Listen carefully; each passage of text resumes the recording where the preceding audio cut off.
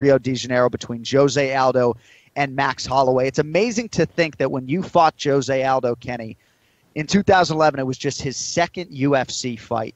He is the greatest featherweight of all time. I don't even know that there's anybody else in that conversation. And he's fighting a guy in Max Holloway, who is one of 6 guys in UFC history to amass a win streak of 10 fights or more. Anderson Silva, John Jones, Demetrius Johnson, George St. Pierre, Royce Gracie, and now Max Holloway. And this fight on paper is absolutely spectacular.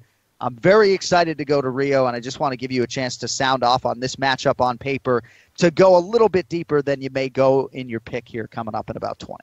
Yeah, absolutely. Listen, this fight is absolute fire. You have Max Holloway, a guy who can switch his stances on the fly. I mean, after each combination, this guy can switch his stance, something that you just don't see. He's very tall for the division. He's going to be bigger and taller than Jose Aldo.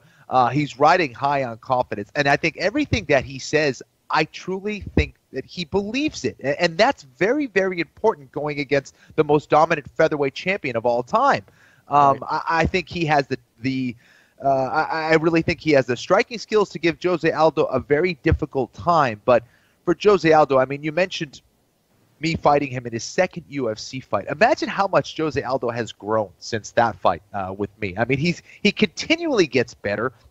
I think he's still very, very hungry. He's out there to really prove a point here against Holloway, who I think has kind of pissed him off a lot. And I think Jose Aldo, I mean, he hasn't stayed as active as obviously a lot of the other great featherweights, the Frankie Edgars and those guys. But when you look at his fight against a guy like Frankie Edgar, who is a for sure Hall of Famer, one of the best fighters that I've ever seen compete, I don't know if Frankie Edgar really landed more than 2 clean punches in that fight. Now, I don't know if there's something going on with Frankie Edgar, but I do know there was something going on with Jose Aldo, and that was his defense was just at a different level. His head movement, his reaction time, his footwork was just brilliant. And if he can do that same thing against Holloway, I think Jose Aldo will retain the belt. But, I mean, Holloway is a guy who can definitely knock you out. He's very difficult to take down. He always gets guys to fight his fight. And if Holloway can pressure Jose Aldo and back him up repeatedly, it's going to take away his leg kicks, and Holloway is going to lead that dance, and he's going to put the pressure on Jose Aldo in his hometown to take that belt.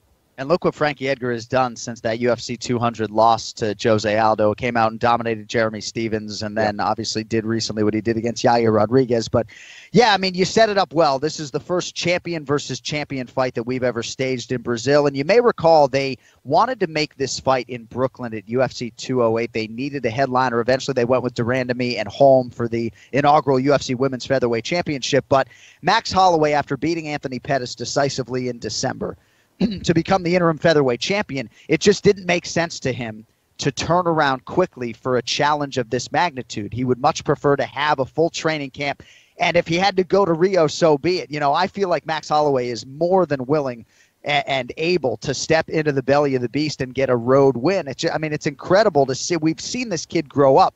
10 straight wins since his last loss, which came by decision to Conor McGregor. And you see some of the big names, Ricardo Lamas, of course, Showtime Pettis, finished Charles Oliveira and Cub Swanson. I mean, on and on it goes. And I think for a while, you and I have said, you know what? Max Holloway, for the last 18 months or so, might have been the best featherweight in the world and just wasn't getting that opportunity for one reason or another. And I think self-belief, to your point, really is at the core. He's going in there thinking he's the betting favorite, thinking he's going to get this done and move on to the next chapter. And I'm just very excited to see it play out. I've never had the chance to call a Jose Aldo fight despite doing this for almost 6 years, so I'm very excited about that. And I also think it's interesting because Aldo is just so pro-Brazil. In this day and age, when we see fighters like Junior Dos Santos and others leave, Claudia Gadelha is another example, and we'll get to her later. But you see these fighters, Kenny, who are making the United States their home. And if you saw the UFC 212 countdown, you know, Jose Aldo opened up a famous burger, and he said, I will always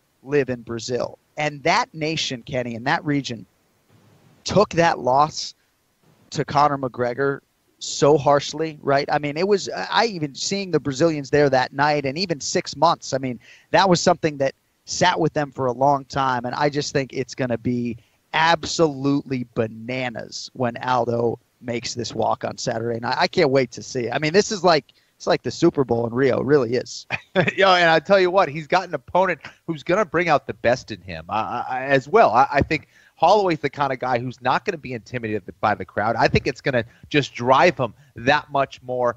And for a guy in Holloway who really can throw every single strike in the book, there's not a strike that he doesn't have in his repertoire, and they're all dangerous. I think it's going to bring the best out of him. These guys are going to have a war while it lasts. I can't wait for this fight, man. I'm pumped for you, too. You finally get to call a Jose Aldo fight. I never realized that. Dude, it took me 23 trips to Brazil. Man. I finally get to call a fight involving Jose Aldo. And I was going back through my fighter cards, and I was like, man, I keep them now, and I have a library alphabetically of all the different fighter cards so I can sort of go back and see any notes and changes in training camps. I was like, man, Jose Aldo, not there. So very excited for that, and of course you can see it all play out on pay-per-view this weekend. All right, that brings us to the main event of all main events. Jose Aldo, Max Holloway to unify the UFC featherweight titles.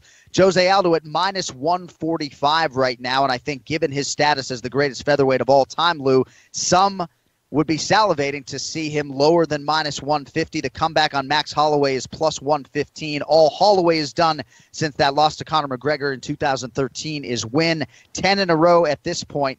Another guy that is hard to fade, Lou. I feel like if I was advising bettors, I would tell them to pick another fight. That is not an option here. We'll also need the method of victory and the round. Who walks away as the undisputed UFC featherweight king? Yeah, what an outstanding fight, and the way it's priced at 145 for Aldo to plus 115, Holloway tells me that if they took these two fighters and they put them in a neutral site, say Berlin, Germany, that the fight's a pick, and I buy that. I think honestly, as I handicap this fight, I go to the common thread, which is Conor, and I think that Aldo's fight against Conor McGregor removed the veil of invincibility from Aldo. Yes, he lost, but I'm not going to hold that against him.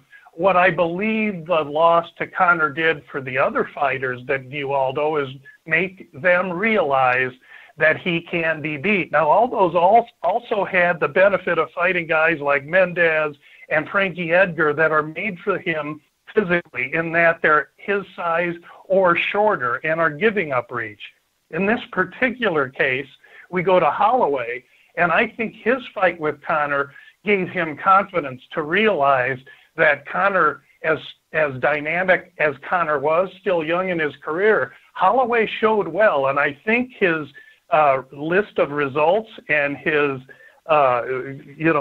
litany of victims since that fight has only caused him more momentum. Holloway is the much taller man. He's the much younger man. And I believe that his forward pressure is gonna deal Aldo fits. And while Aldo is ferocious and 29 and an all-time great UFC superstar, there comes a time. And I believe that Holloway will finish Aldo, and I'm going to say in the fifth round, after tremendous amounts of pressure and forward movement, Holloway by TKO in the fifth. Well done, Lou. I absolutely love the breakdown. Crazy that Max Holloway is still only 25 years old, just turned back in December. All right, so you are on the record. Holloway, round 5 TKO. Max Holloway is listed as being 4 inches taller, Kenny. It looks like, at least on paper right now, the reach is a wash, slight advantage by 1 inch to Jose Aldo, which I guess is somewhat surprising. Kenny, of course, you fought Jose Aldo for the UFC featherweight title back in 2011.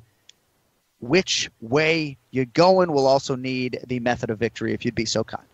This is not an easy fight for Jose Aldo. I am going with Jose Aldo, though. I think he will win by decision. I think Max is a tricky fighter because I think he'll probably take the approach of fighting southpaw for the majority of the fight. I also, like Lou, agree that he does need to really pressure Aldo and back him up. That's going to shut down a lot of his leg kicks and shut down a lot of his offense.